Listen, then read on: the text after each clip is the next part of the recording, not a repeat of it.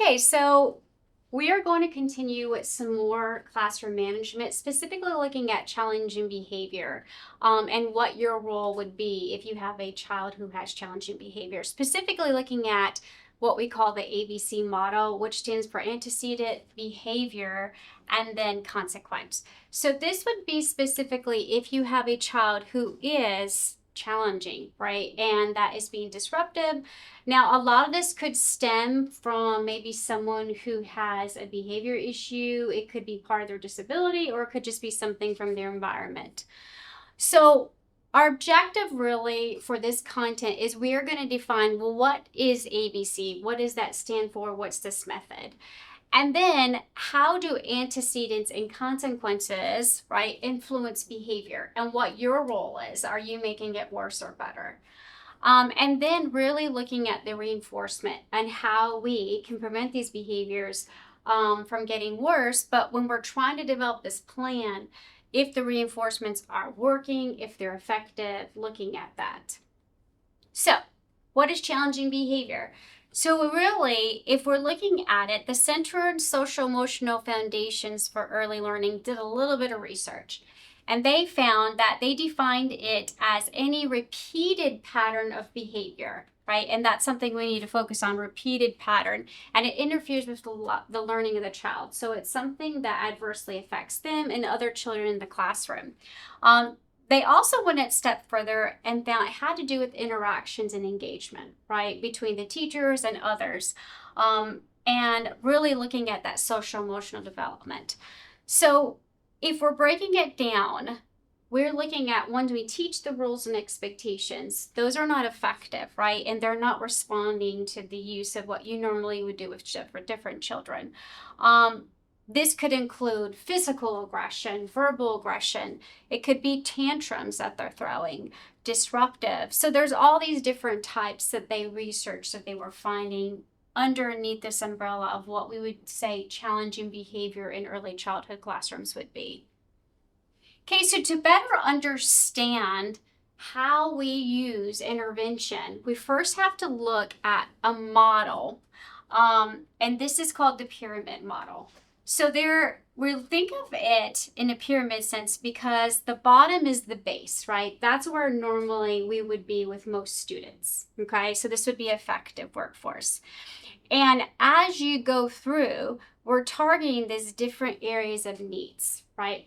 So the bottom would be most of the students would be affected in your classroom and would go through the rules and expectation and understand, but then the intensive intervention for those challenging behaviors would be at the top. And this is the model where we would need a support plan.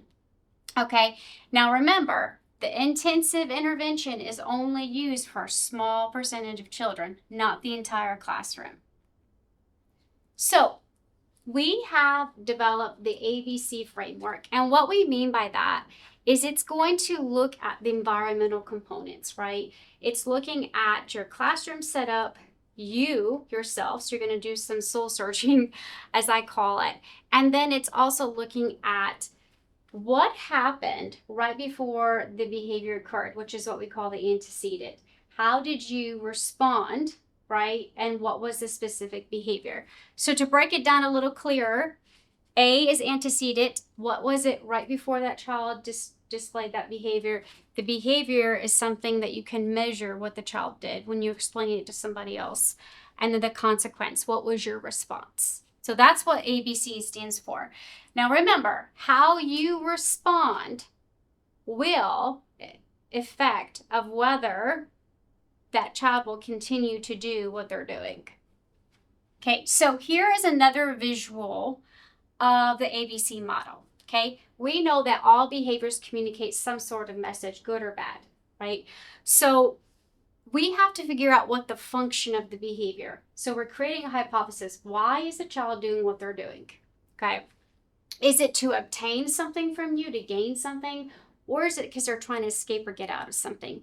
Those are normally the two major reasons why a child would be behaving in a defiant way. So once you look at it, we might try to see, okay, if they're trying to obtain, gain something from you or avoid something, we need to look at, is it internal right? Meaning, is it something that has to do with their disability and they can't help it? Or is it some kind of tension they're seeking? So is it social? Or is it something tangible that they want to gain, right? So for instance, if they're doing something nice and doing what they're supposed to, then they're going to get rewarded, right? So that's something tangible. But we have to gather data to figure out what's going on. Now, there are some examples here, but one thing to think about with this behavior consequence model, right, is looking at summarizing the behavior, right? You have to clearly explain what the child's doing and why you think they're doing that. What are they trying to gain or avoid? If Tim is using verbal aggression with his like physical or kicking people or trying to throw or bang toys and taking things, why is he doing that?